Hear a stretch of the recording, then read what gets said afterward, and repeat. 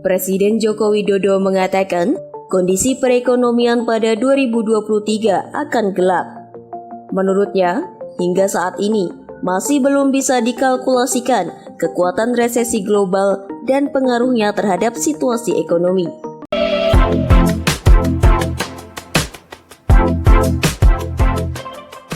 Halo guys, berjumpa kembali bersama Vlogger Debaters.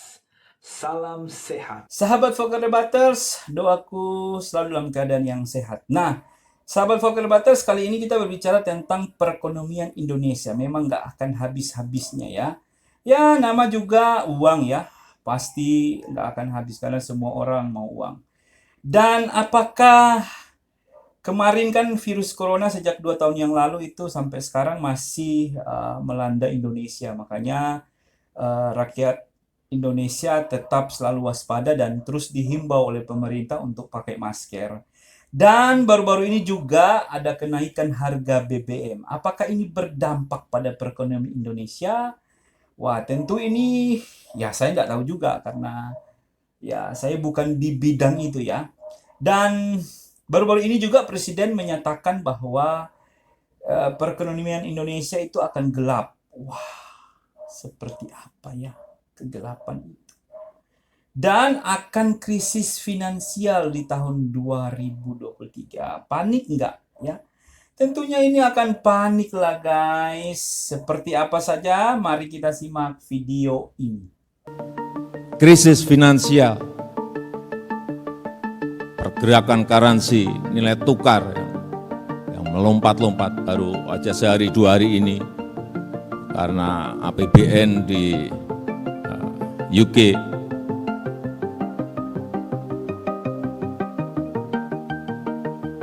berimbas semua pada semua negara. Dan kita tahu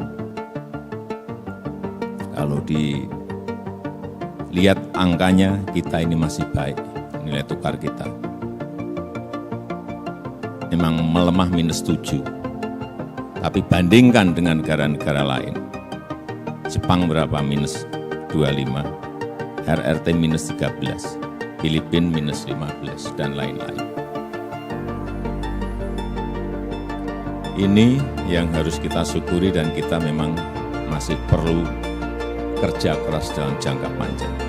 Itu yang disampaikan oleh Presiden kita ya, Bapak Jokowi. Bagaimana sahabat Vlogger Debaters? Ya, kata Presiden, perekonomian melemah -7 ya.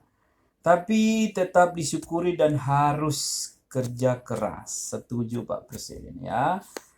Kalau saya usul sih untuk meringankan APBN di Indonesia, ya potong aja gaji DPR Pak Presiden. Ini hanya usul ya. Bagaimana sahabat vlogger, setuju atau tidak ya? Nah, tak sampai di sini Pak Presiden juga mengingatkan ya kepada Menteri Keuangan Sri Mulyani. Seperti apa peringatan itu? Mari simak video ini. Saya selalu sampaikan kepada Bu Menteri Keuangan, Bu, kalau punya uang kita di APBN kita, di eman-eman,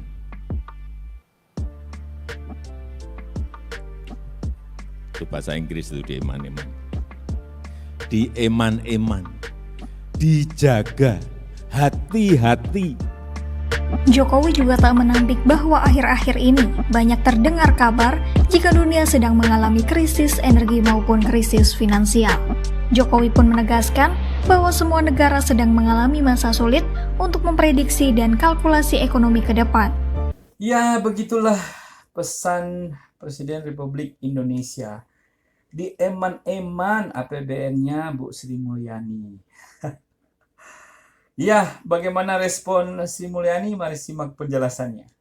Kenaikan suku dari komoditas yang melonjak tinggi ini meskipun berfluktuasi telah menyebabkan tekanan inflasi global. Kita melihat berbagai negara inflasinya selain tinggi juga persistently masih tinggi. Artinya seperti Inggris, Amerika Serikat, Eropa, sekarang mereka terbiasa melihat inflasi dari beberapa bulan terakhir pada level di atas 8. Bahkan Inggris sekarang di 9,9, prediksi bisa mencapai double digit. Eropa juga mencapai 9,1, memasuki winter di mana kemungkinan terjadi kebutuhan energi makin naik, sementara pasokan dari energinya menjadi terkendala karena perang. Demikian juga dengan Amerika Serikat yang waktu itu sempat agak senang dengan penurunan inflasi ke 8,3, namun core inflation-nya masih sangat tinggi. Sehingga kita melihat semua negara bank sentralnya melakukan response policy dengan menaikkan suku bunga, policy rate-nya, dan melakukan pengetatan likuiditas. Kita lihat di dalam yang biru ini, Inggris di 2,25, naik 200 basis point selama tahun 2022 ini sendiri. Amerika Serikat sudah mencapai di 3,25, sudah naik 300 basis point, terutama karena FOMC pada bulan September kemarin atau September ini mereka menaikkan lagi dengan 75 basis point. Ini karena merespons bahwa inflasi 8,3 masih belum acceptable. Tren dari kenaikan suku bunga di Eropa juga 125 basis point. Ini adalah suatu kenaikan yang sangat ekstrim, given bahwa selama ini Eropa merupakan negara yang sangat rendah dari sisi policy rate-nya. Brasil juga menaikkan suku bunga hingga 13,75 atau naik 450 basis point selama tahun 2022 ini. Meksiko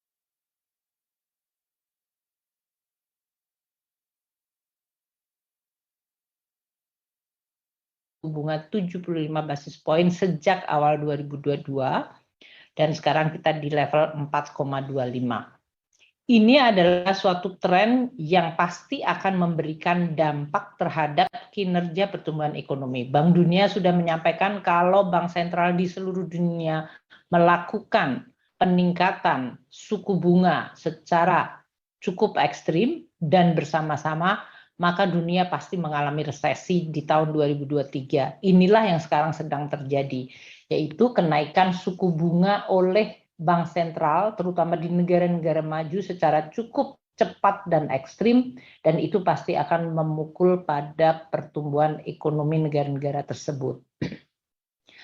Oleh karena itu, kita juga harus antisipasi terhadap kemungkinan kinerja perekonomian dunia yang akan mengalami pelemahan akibat inflasi tinggi dan kenaikan suku bunga ini. Dan memang sudah kita lihat pada aktivitas manufaktur global.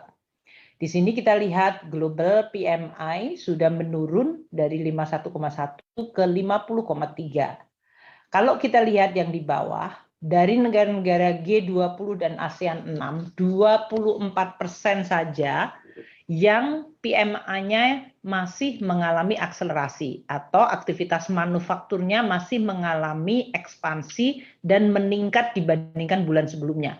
Ini termasuk Indonesia, Thailand, Filipina, Rusia, Vietnam, dan Arab Saudi. Hanya 24% dari total G20 dan ASEAN 6. 4% yaitu Perancis sendiri adalah satu-satunya yang mengalami upgrade dari tadinya kontraksi pada bulan sebelumnya, sekarang naik ke level ekspansi. Namun 32% yaitu negara-negara seperti Amerika, Jepang, India, Malaysia, Brazil, Australia, Singapura, dan Afrika Selatan, 32% PMI-nya mengalami perlambatan atau kondisinya turun levelnya dari bulan sebelumnya.